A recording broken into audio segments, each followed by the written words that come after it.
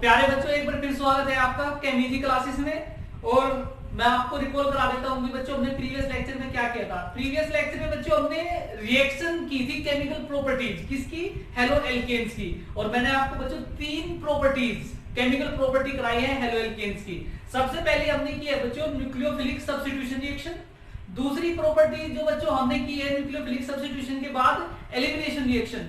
और थर्ड जो प्रॉपर्टी हम प्रीवियस लेक्चर में कर चुके हैं वो कौन सी थी बच्चों, रिएक्शन विद एक्टिव मेटल, जिसमें हमने सोडियम मेटल के साथ रिएक्शन कराई थी हेलो एल्केन्स की। और फिर हमने दूसरी रिएक्शन कराई थी बच्चों मैग्नीशियम के साथ, जिसको हमने क्या बोला था, ग्रिग्नार्ड रिएजेंट। और वहीं पर बच्चों मैंने आपको एक क्वेश्चन भी दिया था। क्वेश्चन मैंने दिया था आप लोगों को कि why Grignard reagent prepare in anhydrous condition, कि हमेशा ग्रिग्नार्ड रिएजेंट्स को जो है हम एनहाइड्रस कंडीशन में क्यों बनाते हैं। तो मैं एक बार फिर लिख देता हूं प्यारे बच्चों question.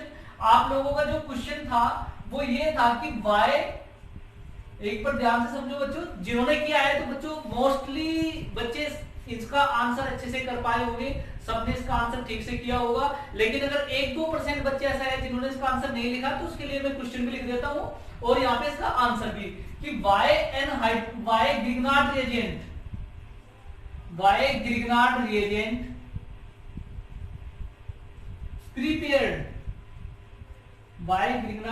prepared in anhydrous condition। ये क्वेश्चन लिखा था बच्चों मैंने आपको प्रीवियस लेक्चर में कि एनहाइड्रस कंडीशन में ग्रिग्नार्ड रिएजेंट जो होता है ये क्यों बनाया जाता है। तो बच्चों सबसे पहले तो मैं आपको बता दूं कि ग्रिग्नार्ड रिएजेंट होता क्या है। तो ग्रिग्नार्ड रिएजेंट को हमने जनरली RMGX से रिप्रेजेंट किया था। R क्या होता है बच्चों, R होता है एल्काइल ग्रुप, और ये क्या है बच्चों, ये है मैग्नीशियम। और X क्या है बच्चों हमारे पास, कोई भी halide, chlorine, fluorine, bromine, iodine यहाँ पे हो सकता है इसके साथ। तो ये बच्चों ग्रिग्नार्ड रिएजेंट होता है जो इसका जनरल फॉर्मूला होता है। अब हमें तो अपना आंसर लिखना है। हमने लिखा है कि why Grignard reagent prepared in anhydrous condition. तो बच्चों आपने देखना है अगर ग्रिग्नार्ड रिएजेंट को हम एनहाइड्रस कंडीशन में ना बनाए, मतलब एनहाइड्रस कंडीशन अगर ना रखे, कौन सी कंडीशन रखे बच्चों हम यहाँ पे, हाइड्रस वाली। अगर वाटर वाली कंडीशन हो ग्रिग्नार्ड रिएजेंट, तो बच्चों देखिए क्या करता है ग्रिग्नार्ड रिएजेंट वाटर के साथ, वाटर में क्या होता है बच्चों, H2O। और H2O में आपको पता है बच्चों क्या होता है कि H2O हमें क्या देते हैं, तो H2O अगर मैं ऐसे लिख देता हूं बच्चों H और यहाँ पे OH। आपको पता है कि H2O में से हमें क्या मिलता है, ऑक्सीजन जो होता है नेगेटिव पार्ट होता है और H क्या होता है यहाँ पर बच्चों, पॉजिटिव पार्ट होता है। तो मीन क्या हुआ, देखिए आप सिंपली कि ये वाटर है। अगर एनहाइड्रस कंडीशन आप नहीं है आपके पास कौन सी कंडीशन है बच्चों, हाइड्रस कंडीशन। तो होता क्या है कि जब हम ग्रिग्नार्ड रिएजेंट को बनाते हैं तो बन तो ये जाता है, उसके बाद देखो बच्चों क्या हुआ, आपको मैंने बताया था कि मैग्नीशियम होता है, मेटल है, तो इस पर कैसा चार्ज है बच्चों, इस पर पॉजिटिव चार्ज है और इस पर नेगेटिव चार्ज है। केवल ग्रिग्नार्ड रिएजेंट ही एक ऐसा कंपाउंड है बच्चों जिसमें कार्बन के ऊपर कैसा चार्ज आया है, नेगेटिव चार्ज आया है। ये पहला कंपाउंड है जिसमें कार्बन के ऊपर नेगेटिव चार्ज आया है। और चूंकि इसको ग्रिग्नार्ड जो साइंटिस्ट था उन्होंने इसको डिस्कवर किया था, इसलिए इसका नाम भी बच्चों ग्रिग्नार्ड रिएजेंट रखा। और फिर मैंने इसको एक नाम और दिया था कि ये ऑर्गेनोमेटेलिक कंपाउंड है। ऑर्गेनोमेटेलिक कंपाउंड जिसमें कार्बन डायरेक्टली मेटल के साथ अटैच होता है तो उसको हम कहते हैं बच्चों, कौन सा कंपाउंड कहते हैं, ऑर्गेनोमेटेलिक कंपाउंड। अब हमारे जो क्वेश्चन है हम उसी पे चलते हैं कि क्या होगा बच्चों अगर हमने एनहाइड्रस कंडीशन नहीं ली। तो ये आपके पास हाइड्रस कंडीशन है, हाइड्रस का मतलब क्या है, वाटर मैंने यहाँ पे लिया है। तो होता क्या है बच्चों कि ये एक्टिव हाइड्रोजन होता है। यहाँ पे क्या होता है बच्चों, इसमें एक्टिव हाइड्रोजन, इसको मैं क्या कह रहा हूं बच्चों, एक्टिव हाइड्रोजन। तो वाटर के पास क्या होता है, एक्टिव हाइड्रोजन होता है। और ये देखो बच्चों आपने कुछ नहीं करना, ये नेगेटिव पार्ट है जो कहां पे, जो ग्रिग्नार्ड रिएजेंट में जो ग्रुप लगा है एल्काइल ग्रुप, इस कार्बन पर जो नेगेटिव पार्ट होता है ये अटैक करता है किसके पास, इस एक्टिव हाइड्रोजन के पास। और बनने वाला कंपाउंड क्या बन जाता है, बन जाता है बच्चों RH। RH का मतलब क्या है बच्चों, यहाँ पे एल्केन बन जाता है। अगर आपके पास मान लीजिए कि R ग्रुप जो आपने लिया है मिथाइल है तो क्या बनेगा बच्चों, मीथेन। अगर R ग्रुप आपके पास इथाइल है तो क्या बनेगा, इथेन। अगर R ग्रुप आपके पास प्रोपाइल है तो बनेगा क्या, प्रोपेन। मतलब क्या बनते हैं बच्चों, हाइड्रोकार्बन बनते हैं, सैचुरेटेड हाइड्रोकार्बन। तो यहाँ पर क्या बनेगा, प्रोडक्ट एल्केन बन जाता है। और बाकी आपके पास क्या बनेगा, Mg के साथ X लगा हुआ है और OH, ये हमारा साइड प्रोडक्ट बन जाएगा। तो यहाँ पर बनाना क्या चाहते हैं बच्चों, ग्रिग्नार्ड रिएजेंट। तो ग्रिग्नार्ड रिएजेंट ना बनकर क्या बनता है, एल्केन बन जाता है। इसलिए हम यहाँ पे एनहाइड्रस कंडीशन लेना बहुत जरूरी है। यहाँ पे हाइड्रस कंडीशन हम नहीं लेंगे, क्योंकि अगर आपने हाइड्रस कंडीशन ले ली ग्रिग्नार्ड रिएजेंट को बनाते समय तो बनेगा क्या, एल्केन, ग्रिग्नार्ड रिएजेंट नहीं बनेगा। तो इसलिए हमने कौन सी कंडीशन लेंगे बच्चों, एनहाइड्रस। अब कुछ बच्चों के मन में आ रहा होगा कि सर आपने इसको एक्टिव हाइड्रोजन क्यों कहा, एक्टिव हाइड्रोजन क्या होता है। तो बच्चों इसकी मैं आपको चलो डेफिनेशन दिखा देता हूं कि मैं एक्टिव हाइड्रोजन किसको कह रहा हूं। तो एक्टिव हाइड्रोजन जब भी ये वर्ड यूज होता है तो इसका मतलब क्या होता है, ये सिंपल हाइड्रोजन है कि या कोई और हाइड्रोजन है। तो एक्टिव हाइड्रोजन बच्चों क्या होता है, एक्टिव हाइड्रोजन का मतलब होता है कि the hydrogen atom bonded, the hydrogen atom bonded to directly more electronegative atom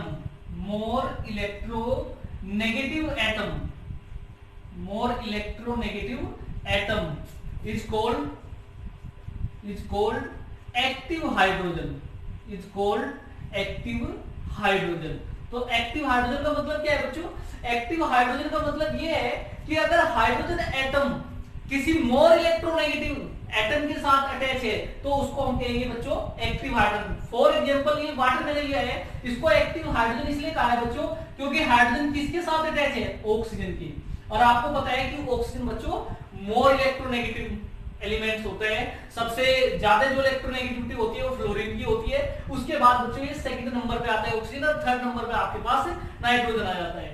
तो ये एक्टिव हाइड्रोजन है, इसलिए इस R के साथ बहुत तेजी से रिएक्शन करके एल्केन बनता है। तो इसलिए बच्चों जरूरी है, क्या कंडीशन जरूरी है, एनहाइड्रस कंडीशन। तो इसलिए हम जब भी ग्रिग्नार्ड रिएजेंट बनाएंगे तो हमें कौन सी कंडीशन लेनी पड़ेगी बच्चों, एनहाइड्रस। तो आई होप आप सब इसका आंसर समझ गए होंगे कि क्यों हम एनहाइड्रस कंडीशन लेते हैं, क्योंकि यहाँ पे किसका फॉर्मेशन होता है, एल्केन का। अब बच्चों में ग्रिग्नार्ड रिएजेंट की कुछ रिएक्शन आपको और करा देता हूं। रिएक्शन में कुछ जैसे मैंने आपको बताया था कि ग्रिग्नार्ड रिएजेंट बनाते हैं क्या होता है, इसके बारे में हम कंप्लीट प्रीवियस लेक्चर में स्टडी कर चुके हैं। तो आज मैं इसकी रिएक्शन करा रहा हूं। वाटर के साथ अगर ग्रिग्नार्ड रिएजेंट की रिएक्शन हो जाए तो बने वाला प्रोडक्ट क्या होता है बच्चों, एल्केन। अगर मैं ग्रिग्नार्ड रिएजेंट की रिएक्शन RMgX की रिएक्शन बच्चों अगर मैं एल्कोहल के साथ करा देता हूं, CH3OH, एल्कोहल के साथ करा देता हूं। और अब तो आप बच्चों कोई भी यहाँ पे इसका एग्जांपल ले सकते हैं सीधा। R की जगह हम क्या ले सकते हैं बच्चों, CH3, मिथाइल इथाइल कोई भी ग्रुप ले सकते हैं। और ये मैग्नीशियम है, कोई भी हैलोजन एटम, तो मैंने Cl ले लिया। और इसके बारे में बच्चों पहले बता चुका हूं, RMgX की मैग्नीशियम पर कैसा चार्ज होता है, पॉजिटिव, और जो एल्काइल ग्रुप है इस पर कैसा चार्ज होता है, नेगेटिव। तो इस पर पार्शियली पॉजिटिव और इस पर पार्शियली नेगेटिव, और ये तो आपके पास नेगेटिव होता ही है। तो रिएक्शन कहां होती है, मैंने आपको बताया बच्चों, रिएक्शन हमेशा इस बॉन्ड पर होती है। कार्बन और मैग्नीशियम के बीच जो होता है ये कोवलेंट बॉन्ड होता है। तो इसमें भी पता है आपको बच्चों कि ये क्या है, पॉजिटिव चार्ज, इस पर क्या होता है बच्चों, नेगेटिव, इस पर पार्शियली पॉजिटिव। क्योंकि अल्कोहल में क्या है, देखो बच्चों ध्यान से अगर आप देखोगे तो ये भी कैसा है, एक्टिव हाइड्रोजन है, जो भी किससे जुड़ा है, ऑक्सीजन से जुड़ा है। तो ये नेगेटिव चार्ज अटैक करेगा किसके ऊपर, इस एक्टिव हाइड्रोजन के ऊपर, और बनने वाला जो कंपाउंड होगा CH3H, तो क्या बन जाएगा बच्चों, CH4, एल्केन का फॉर्मेशन। एल्केन कौन सा, मीथेन का फॉर्मेशन यहाँ पर हो जाएगा। प्लस क्या बनेगा, मैग्नीशियम बच गया है, इधर क्या बचा है, मैग्नीशियम। मैग्नीशियम के साथ जुड़ा है बच्चों क्लोरीन, और इसके साथ क्या जुड़ा है, इधर क्या बचा, OCH3। तो OCH3 यहाँ पर अटैच हो जाता है, ये आपके पास बनता है साइड प्रोडक्ट। तो ये थी बच्चों ग्रिग्नार्ड रिएजेंट की एल्कोहल के साथ रिएक्शन। ऐसे ही मैं एक एग्जांपल और कराता हूँ ग्रिग्नार्ड रिएजेंट का, C2H5। अब की बार मैंने इथाइल ग्रुप ले लिया, और ये आपके पास चलो ब्रोमाइड ले लेते हैं, और इसकी रिएक्शन अगर मैं करा दूं बच्चों अमोनिया के साथ। अमोनिया क्या होता है भाई, अमोनिया होता है सर NH3, बिल्कुल, नाइट्रोजन के साथ 3 हाइड्रोजन होते हैं, ये NH3 क्या होता है बच्चों, अमोनिया होता है। चलो लिख देता हूं, ये क्या होता है आपके पास, अमोनिया होता है। तो देखो बच्चों मैंने कहा है कि अगर हाइड्रोजन मोर इलेक्ट्रोनेगेटिव एटम के साथ अटैच है तो वो एक्टिव हाइड्रोजन होता है। तो नाइट्रोजन भी क्या होता है बच्चों, मोर इलेक्ट्रोनेगेटिव। तो इस पर कैसा चार्ज होता है बच्चों, तो इस पर नेगेटिव चार्ज और इस पर पॉजिटिव चार्ज। तो आपने कुछ नहीं करना बच्चों, आपको पता है इस पर पॉजिटिव चार्ज और इस पर नेगेटिव चार्ज। तो नेगेटिव को किससे जोड़ देना है, पॉजिटिव से। तो क्या बनेगा, C2H5 हाइड्रोजन 5 यहाँ पे एक आ जाएगा तो क्या बन जाएगा बच्चों C2H6, जो कि क्या होता है बच्चों इथेन होता है। क्या होता है ये C2H6 इथेन। और बाकी आपके पास क्या बनेगा मैग्नीशियम के साथ जो भी जुड़ा है उसको एल्डिहाइड रहने दो, और यहां से क्या बच गया बच्चों NH2। तो ये बच्चों रिएक्शन थी ग्रिग्नार्ड रिएजेंट की अल्कोहल के साथ, ग्रिग्नार्ड रिएजेंट की अमोनिया के साथ, ग्रिग्नार्ड रिएजेंट की वाटर के साथ। सारी कंडीशन मैंने इसके आपसे डिस्कस कर ली है कि क्या होता है, क्यों होता है, क्यों हम इसको एनहाइड्रस कंडीशन में ही बनाते हैं ग्रिग्नार्ड रिएजेंट को। तो आई होप आप सब इसको बहुत अच्छे से समझ गए होंगे। तो फटाफट से बच्चों आप इसका स्क्रीनशॉट लीजिए जल्दी से। तो बच्चों हेलो एल्केन्स के बारे में हम सब कुछ पढ़ चुके हैं। हेलो एल्केन्स की हमने बनाने के मेथड देख लिए थे। हेलो एल्केन्स की हमने केमिकल प्रॉपर्टीज स्टडी कर ली। हेलो एल्केन्स की हमने फिजिकल प्रॉपर्टीज स्टडी कर ली। अब हमारे पास जो बचता है बच्चों वो हेलो एरीन्स। इसके बारे में मैंने आपको ना तो इसके अभी तक प्रिपरेशन मेथड बताई कि हेलो एरीन्स को कैसे हम बनाते हैं, ना ही हमने हेलो एरीन्स की आपको केमिकल प्रॉपर्टीज बताई कि हेलो एरीन्स कौन कौन सी केमिकल प्रॉपर्टीज शो करते हैं। हमने अभी तक जो बात की है सिर्फ और सिर्फ हेलो एल्केन्स की बात की है। तो बच्चों अब हम डिस्कस करेंगे इसके बारे में, हेलो एरीन्स के बारे में। तो हेलो एरीन्स में सबसे पहली बात जो आती है बच्चों वो क्या आती है इसकी प्रिपरेशन मेथड, कि इसको बनाते कैसे हैं, इसको बनाने के मेथड कौन कौन से हो सकते हैं हेलो एरीन्स के। और आपको इसको बच्चों जनरली क्या भी बोलते हैं, उसको एराइल हैलाइड भी कहते हैं। इसको हम क्या कहते हैं, एराइल हैलाइड भी कहते हैं। तो सबसे पहले हम किसकी बात करेंगे बच्चों, प्रिपरेशन मेथड, कि बनाने के कौन कौन से मेथड हो सकते हैं। एराइल हैलाइड को कौन कौन से मेथड से हम बना सकते हैं। तो preparation method of aryl halide, preparation method of aryl halide. तो सबसे पहला जो बच्चों मैं मेथड यहाँ पे यूज कर रहा हूँ, या बहुत इंपॉर्टेंट है, ये एक नेम रिएक्शन है। और जितनी भी नेम रिएक्शन होगी बच्चों वो सारी इंपॉर्टेंट है, आपने हर एक नेम रिएक्शन को याद रखना है। तो सबसे पहले मैं इसका बनाने का जो मेथड यूज कर रहा हूँ, फ्रॉम सेंड माय रिएक्शन। नाम याद रखना बच्चों, send my reaction, send my reaction. तो सेंड माय जो रिएक्शन है ये बहुत इंपॉर्टेंट है, जितनी भी नेम रिएक्शन होगी वो सारी इंपॉर्टेंट होगी बच्चों, आप इसको याद रखना है। तो क्या है ये सेंड माय रिएक्शन, मैंने इसके ऊपर इंपॉर्टेंट भी लिख दिया। अब सेंड माय रिएक्शन में क्या होता है, तो सेंड माय रिएक्शन बच्चों होती क्या है कि इसमें हम लेते हैं एनिलीन। अब एनिलीन क्या होता है बच्चों, एनिलीन का मतलब ये होता है बच्चों कि अगर बेंजीन रिंग के ऊपर NH2 ग्रुप प्रेजेंट है तो इसको हम कहते हैं एनिलीन। क्या बोलते हैं बच्चों, उसको एनिलीन कहते हैं। अगर बेंजीन रिंग के ऊपर कौन सा ग्रुप प्रेजेंट है, NH2 ग्रुप, तो इसको हम कहेंगे एनिलीन। और आपने एनिलीन की रिएक्शन करा देनी है बच्चों किसके साथ, सोडियम नाइट्राइट के साथ, NaNO2, और प्लस आपने इसमें क्या डाल देना है, HX। HX का तो मतलब बच्चों आप समझ गए होंगे, X कोई भी halogen atom, chlorine, bromine, iodine, fluorine, यहाँ पर अगर मैं Cl ले ले X की जगह तो ये HCl हो जाएगा, Br ले तो HBr हो जाएगा, आयोडीन हमने अगर यूज कर रहे हैं तो HI हो जाएगा यहाँ पर। तो हमने किसके साथ रिएक्शन करानी है बच्चों, सेंड माय रिएक्शन में एनिलीन की रिएक्शन करानी है NaNO2 प्लस HX के साथ। तो कई बार आपसे क्वेश्चन में क्या पूछा जाता है बच्चों, कंप्लीट द रिएक्शन। तो आपको ये सारी कंडीशन लिखी हुई मिलेगी और बनने वाला जो प्रोडक्ट है वो आपने यहाँ पे लिखना पड़ेगा। तो कई तरीके से यहाँ पे क्वेश्चन आपसे पुट अप किए जाते हैं कि कंप्लीट द रिएक्शन या इसका बनाने का method from send my reaction. तो आपने कंडीशन याद रखनी पड़ेगी कि हम करते क्या है, सेंड माय रिएक्शन के अंदर एनिलीन की रिएक्शन कराते हैं सोडियम नाइट्राइट प्लस HX के साथ। और कई बार बच्चों क्या होता है कि ये जो NaNO2 प्लस HX का जो दिया है हमारे पास, इसको ना देकर वो हमें क्या देता है, HNO2 नाइट्रस एसिड बोलते हैं बच्चों। अमाइंस वाले चैप्टर में इसको मैं फिर कराऊंगा। तो HNO2 अगर इन दोनों की जगह ये लिखा हो तो बच्चों सेम बात है। सेम बात कैसे है सर, अब आप ध्यान से देखो बच्चों, Na पर कैसे चार्ज होता है, पॉजिटिव, इस पर कैसे चार्ज होता है, नेगेटिव, HX में इस पर कैसे चार्ज है, नेगेटिव, H पर कैसे चार्ज है, पॉजिटिव। तो बच्चों होता क्या है कि पॉजिटिव को आप किससे जोड़ दो, नेगेटिव से। तो H पॉजिटिव, NO2 नेगेटिव, तो क्या बनेगा HNO2। और यहाँ पर क्या है Na, और ये जो X है तो NaCl, NaBr हो गया है साइड प्रोडक्ट आपके पास। तो अल्टीमेटली इससे हमें क्या मिलने वाला है बच्चों, इस मिक्सचर से हमें क्या मिलेगा, HNO2 ही मिलेगा। तो रिएक्शन के अंदर या तो आप HNO2 लिखो या फिर ये लिखो, एक ही बात है, ठीक है। तो एनिलीन की रिएक्शन हम किसके साथ करा रहे हैं, सोडियम नाइट्राइट के साथ। प्लस H6X के साथ, तो बनेगा क्या बच्चों, तो बनने वाला जो है यहाँ पे एक साल्ट बनता है बच्चों, बहुत ही इंपॉर्टेंट ये साल्ट है। साल्ट कैसा है बच्चों, देखो एक नाइट्रोजन यहाँ पे ऑलरेडी है और एक नाइट्रोजन बच्चों आता है HNO2 से, तो यहाँ पर बन जाता है N2 और साथ में क्या है आपके पास हेलोजन एटम, तो ये आ जाता है यहाँ पर X नेगेटिव और इस पर होता है बच्चों पॉजिटिव चार्ज, तो एक सोल्ट बन जाता है और इस सोल्ट को हम कहते हैं बच्चों BDC, बहुत इंपॉर्टेंट है। क्या बोलते हैं बच्चों, BDC। तो BDC का मतलब क्या होता है बच्चों, benzene diazonium, benzene diazonium salt, इसको हम कहते हैं बच्चों बेंजीन डाइएजोनियम सोल्ट। अगर बच्चों ये BDC किसके लिए आएगा, यहाँ पर X क्या है क्लोरीन, तो बन जाएगा बेंजीन डाइएजोनियम क्लोराइड, तो मैं यहाँ पर इसको क्या लिख देता हूँ, फिलहाल BDS लिख देता हूँ, बेंजीन डाइएजोनियम सोल्ट। तो यहाँ पर अगर मैंने X लिखा है तो सोल्ट, अगर यहाँ पे क्लोरीन है तो बन जाएगा BDC, ब्रोमीन है तो बन जाएगा BDBr, तो बेंजीन डाइएजोनियम सोल्ट इसको हम कहेंगे। तो क्या बनता है, बेंजीन डाइएजोनियम सोल्ट। बस बच्चों अब आपने क्या करना है, अगर आपको बच्चों क्लोरोबेंजीन चाहिए तो आपने इसमें क्या डाल देना है, Cu2Cl2 का कॉपर क्लोराइड आपने इसके अंदर डाल देना है। अगर आपको यहाँ पर किसका साथ चाहिए बच्चों, क्लोरीन का, तो चूंकि हमने यहाँ पे X लिखा है तो हम यहाँ पे क्या डाल देंगे बच्चों, Cu2X2, तो आपका बनने वाला जो प्रोडक्ट है, बनने वाला प्रोडक्ट क्या है, ये नाइट्रोजन की फॉर्म में बाहर निकल जाएगा और बेंजीन रिंग के ऊपर बच्चों क्या लग जाएगा, XO प्लस N2 गैस की फॉर्म में यहाँ से बाहर निकल जाएगा।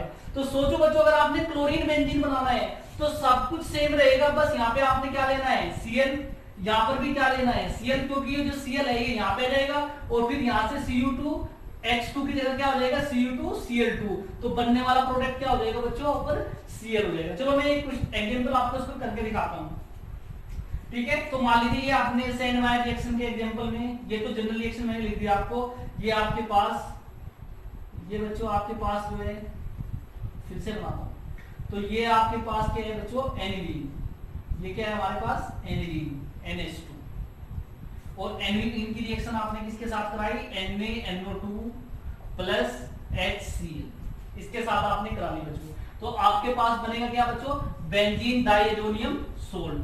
तो बेंजीन डाइएजोनियम सोल्ट का मतलब क्या है बच्चों, N2, और चूंकि Cl लिया है तो Cl नेगेटिव N2 पॉजिटिव, ये बन गया। अब आपने बच्चों इसमें क्या डाल देना है, Cu2Cl2, तो आपके पास जो बनेगा क्लोरोबेंजीन का फॉर्मेशन हो जाएगा, यहाँ पे Cl किसका फॉर्मेशन हो जाएगा, क्लोरोबेंजीन का। अगर आप यहाँ पे HBr लेते बच्चों तो यहाँ पर बनता है N2Br, और फिर आप इसमें क्या डाल देते Cu2Br2, तो आपके पास ब्रोमोबेंजीन बन जाता। अगर आप बच्चों यहाँ पर आयोडीन लेते तो यहाँ पर क्या बनता, आयोडीन लग जाता है यहाँ पर, और यहाँ पर Cu2I2 ले लेते तो यहाँ पे क्या बन जाएगा बच्चों, आयोडोबेंजीन। तो क्लोरोबेंजीन, आयोडोबेंजीन, ब्रोमोबेंजीन अगर बनाना है तो वो हम सेंड वायर रिएक्शन से बहुत आसानी से बना सकते हैं बच्चों। तो आप फटाफट इसका बच्चों स्क्रीनशॉट लीजिए। तो बच्चों फर्स्ट मेथड हमने देख लिया है, अब हमारे पास है सेकंड मेथड। तो सेकंड मेथड हम हेलोइंस या एराइल किससे बनाएंगे बच्चों, तो सेकंड मेथड जो है हमारे पास वो है बच्चों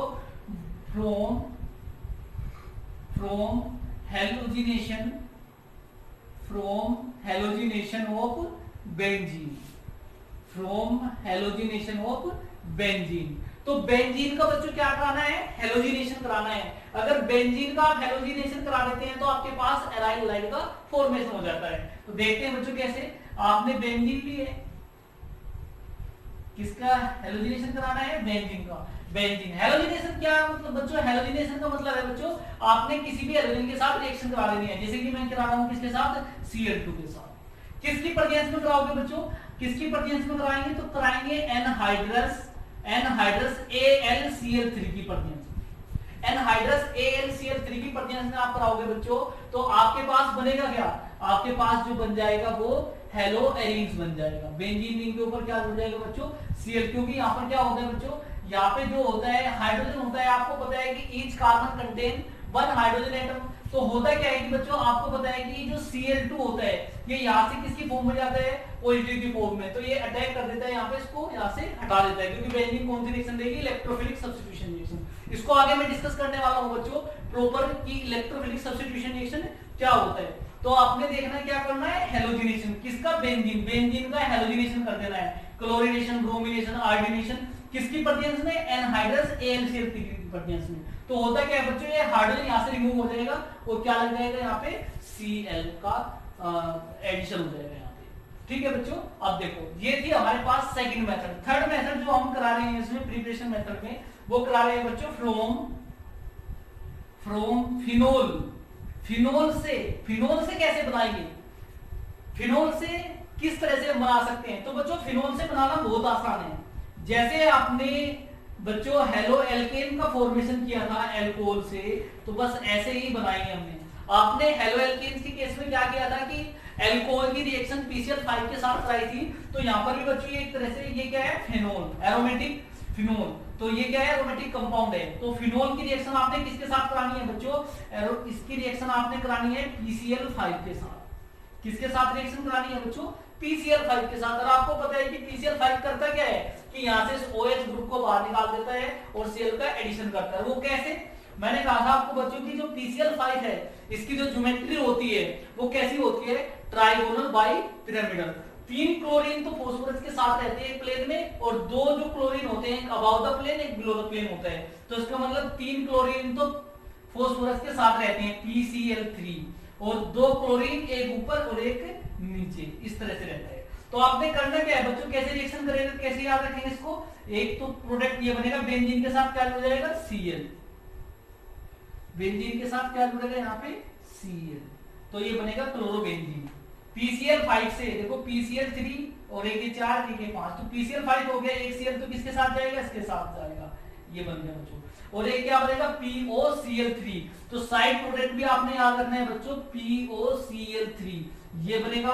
और एक कंपाउंड कौन सा बनेगा? और हमारे पास HCl। तो क्या बनेगा? HCl।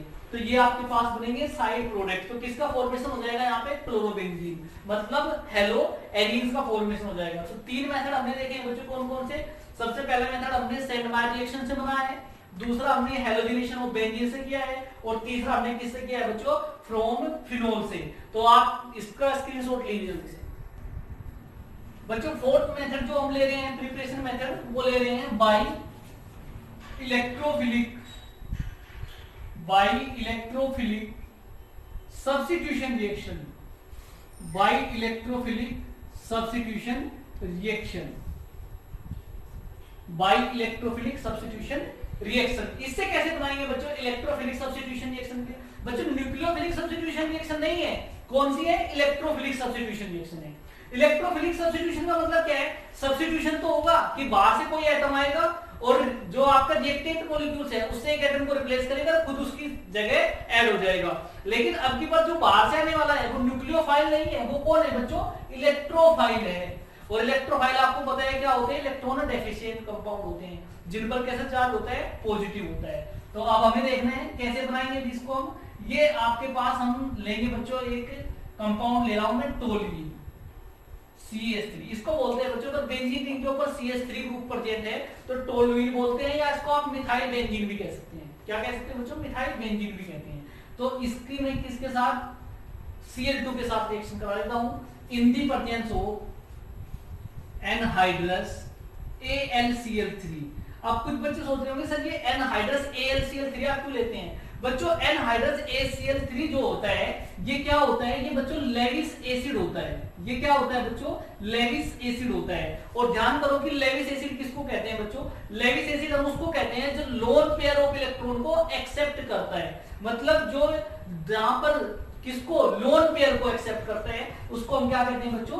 Lewis acid. तो यहाँ पर आपको पता है कि AlCl3, या दूसरा आपने इसकी डेफिनेशन ये भी दी थी बच्चों, लेविस एसिड क्या होते हैं? ये इलेक्ट्रॉन डेफिशिएंट कंपाउंड होते हैं। अगर आपको ध्यान से आप देखोगे तो एल्यूमिनियम के पास कितने इलेक्ट्रॉन है बच्चों? अभी 2 इन, एक बॉन्ड का मतलब क्या है? 2 इलेक्ट्रॉन, तो 2 4 6 होने कितने चाहिए थे? 8 इलेक्ट्रॉन होने चाहिए थे, क्योंकि तभी तो ये ऑक्टेट को फुलफिल करेगा ऑक्टेट की कंडीशन। इसके पास तो 8 इलेक्ट्रॉन है ही नहीं, तो ये स्टेबल कैसे होगा फिर? तो बच्चों होता क्या है कि ये लोन पेयर एक्सेप्ट कर लेता है बाहर से। तो एक्सेप्ट करने वाला कौन है बच्चों? यहाँ पे Cl, जो आपने Cl2 लिया है। तो इसके पास इलेक्ट्रॉन्स की कमी है बच्चों, इसके पास इलेक्ट्रॉन्स है।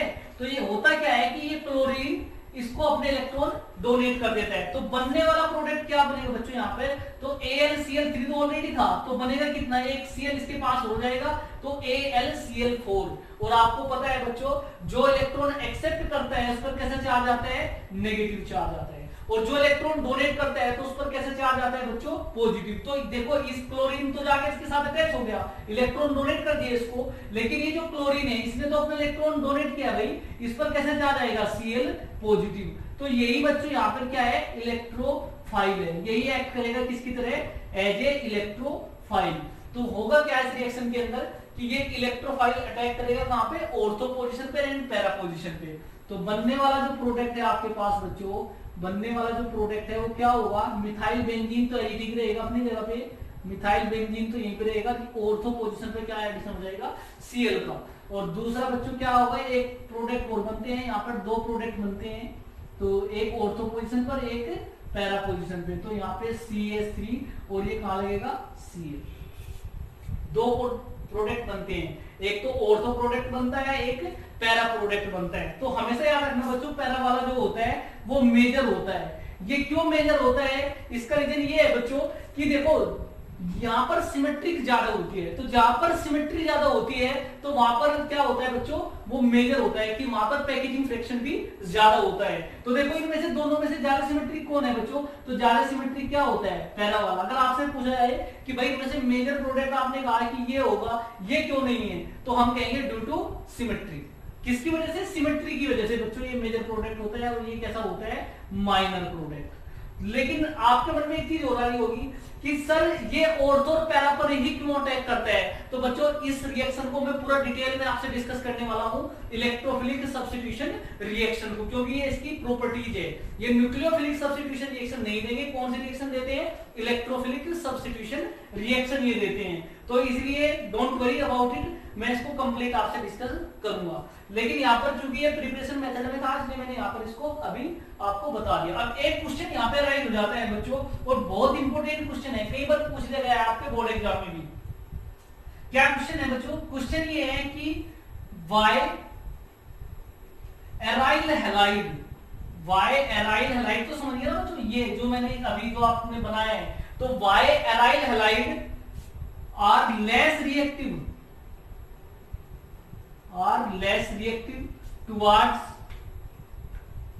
towards nucleophilic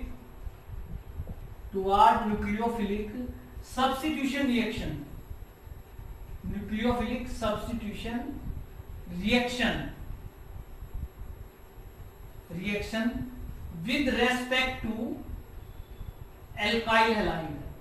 with respect to alkyl halide। तो क्वेश्चन क्या है बच्चों, क्वेश्चन समझो। क्वेश्चन यहाँ पे ये पूछा गया है कि why aryl halide are less reactive towards nucleophilic substitution reaction with respect to alkyl halide। मतलब ये है कि बच्चों क्वेश्चन में पूछा गया है कि जो एराइल हैलाइड है या हेलोएरिन्स है, ये न्यूक्लियोफिलिक सब्स्टिट्यूशन के लिए कम रिएक्टिव है या न्यूक्लियोफिलिक सब्स्टिट्यूशन रिएक्शन नहीं देते, जबकि जो एल्काइल हैलाइड है, हेलोएल्केन्स वे तो बहुत अच्छे से देते हैं। आपने पढ़ा बच्चों वहां पे SN1 और SN2 रिएक्शन, ये क्यों नहीं देते SN1 और SN2 रिएक्शन। तो बस क्वेश्चन यही है कि क्या रीजन है कि ये SN1 SN2 रिएक्शन नहीं देते, लेकिन हेलोएल्केन्स एल्काइल हैलाइड तो बहुत अच्छे से SN1 और SN2 रिएक्शन देते हैं। तो वही क्वेश्चन हमसे पूछा गया है। तो बच्चों आंसर में आप क्या लिखोगे इसका, तो मैं आपको बता देता हूं कि इसके आंसर में आपने क्या लिखना है। तो आप एक छोटा सा एग्जांपल लो बच्चों, सबसे पहले रीजन इसके बच्चों एक से ज्यादा रीजन हो सकते हैं, तो मैं यहाँ पे आपको दो रीजन इसके बताऊंगा। तो सबसे पहले इसके आंसर में आप ध्यान से देख लो एक बार होता क्या है। इसके आंसर में बच्चों आपसे पूछा गया कि why aryl halide are less reactive towards nucleophilic substitution reaction. तो होगा क्या बच्चों, मैं सबसे पहले आपको लिख देता हूं कि ये है हमारे पास एराइल हैलाइड, यही होता है बच्चों एराइल हैलाइड। तो होगा क्या बच्चों यहाँ पे एराइल हैलाइड के केस में होगा क्या आपके पास एराइल हैलाइड के केस में, यहाँ पे आप इसको बड़े ध्यान से देखना है, ठीक है।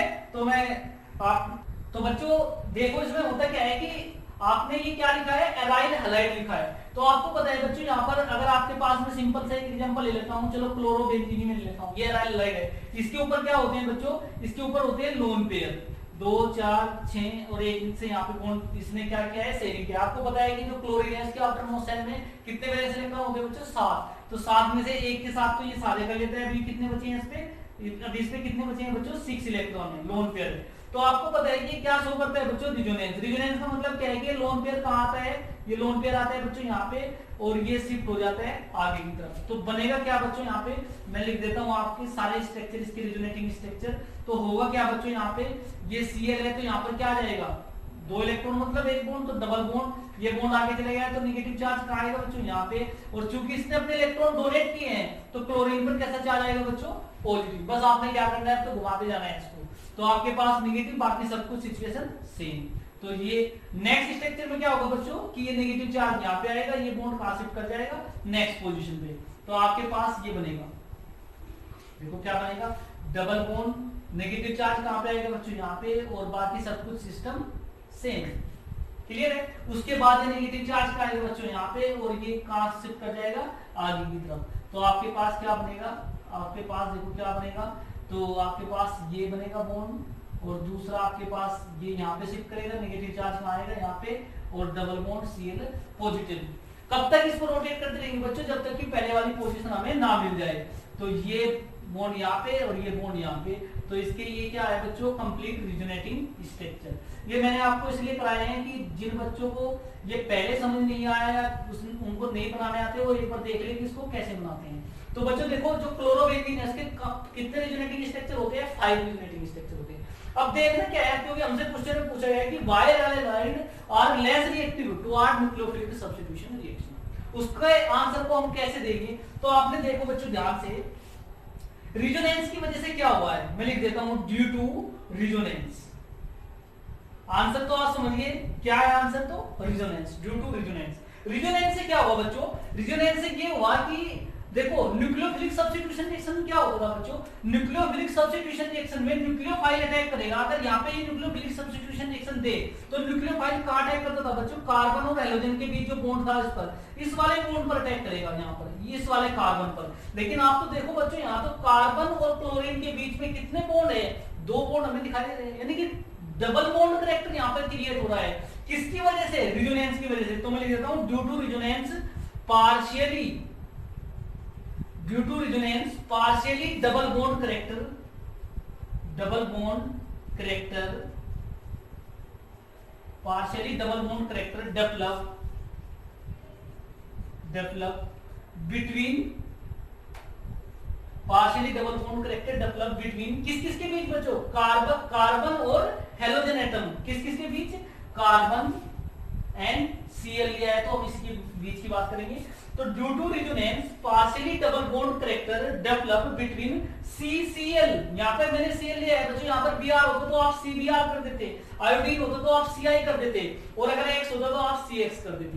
तो क्या हो जाता है रिजोनेंस की वजह से partially double bond character create हो जाता है। अब partially double bond character create हो गया तो उससे क्या भाई डबल बॉन्ड है तो इसको तोड़ना थोड़ा न्यूक्लियोफाइल के लिए मुश्किल तो होगा कि नहीं होगा। तो होता क्या है कि due to partially double bond character developed between CCl and so nucleophile cannot break, so nucleophile cannot break easily this bond। तो न्यूक्लियोफाइल बच्चों इसको क्या नहीं कर पाता इजीली ब्रेक नहीं कर पाता। So aryl halide less reactive, so aryl halide less reactive towards NSR reaction, nucleophilic substitution reaction की तरफ क्या होते हैं ये कम रिएक्टिव होते हैं। और जब भी अगर हम बात करते हैं बच्चों किसकी जो एल्काइल लाइड होते हैं कि उनमें ज्यादा क्यों होते हैं क्योंकि उनमें तो कोई रिजोनेंस होता ही नहीं, रिजोनेंस नहीं होता तो कार्बन जैसे कि अगर आपको मैं बात करूं इधर यहाँ पे बच्चों थोड़ा समझो इस चीज को, अगर मैं बात करता हूं बच्चों एल्काइल लाइड नहीं होता है CH3Cl, तो यहाँ पे कार्बन और हैलोजन के बीच में क्या होता है बच्चों सिंगल बॉन्ड होता है। तो न्यूक्लियोफाइल आता है और इस पर अटैक कर देगा, इसको तोड़ देगा, इजीली तोड़ देता है वो, इसलिए वहां पे कार्बोकेटायंस का फॉर्मेशन हो जाता है। लेकिन यहाँ पर ये काम न्यूक्लियोफाइल के लिए थोड़ा मुश्किल होता है। तो इसलिए जब भी आपसे पूछा जाता है कि भाई एराइल लाइड जो होती है वे लेस रिएक्टिव होते हैं टुवर्ड्स न्यूक्लियोफिलिक सब्स्टिट्यूशन रिएक्शन, तो आंसर क्या होगा बच्चों, आंसर ये होगा कि due to resonance partially double bond character create between CCl bond, so nucleophile cannot be break easily this bond. तो न्यूक्लियोफाइल्स को इजीली ब्रेक नहीं कर पाता। और ये किसकी वजह से होता है बच्चों? डबल किसकी वजह से? रेजोनेंस की वजह से। तो इसलिए मैंने आपको रेजोनेंस के सारे स्ट्रक्चर यहाँ पे बना के दिखाए हैं। दूसरा रीजन बच्चों इसका और क्या हो सकता है? दूसरा रीजन हो सकता है, मैं आपको बता रहा हूँ, लिखवा नहीं रहा हूँ। दूसरा रीजन बच्चों इसका हाइब्रिडाइजेशन है। हाइब्रिडाइजेशन क्या है? हाइब्रिडाइजेशन का मतलब ये, अगर आप इस कार्बन पे देखोगे बच्चों, इस वाले कार्बन पर, तो यहाँ पर sp2 हाइब्रिडाइजेशन होता है। कौन सा हाइब्रिडाइजेशन होता है बच्चों? sp2 हाइब्रिडाइजेशन होता है। लेकिन अगर आप इस वाले कार्बन में बात करोगे तो बच्चों यहाँ पर कौन सा है? sp3 हाइब्रिडाइजेशन है। तो एराइल हैलाइड के केस में कैसा है? sp2। एल्काइल हैलाइड के केस में कैसा है बच्चों? sp3। तो अगर s कैरेक्टर किसमें ज्यादा है? तो s कैरेक्टर बच्चों एराइल हैलाइड में ज्यादा होता है।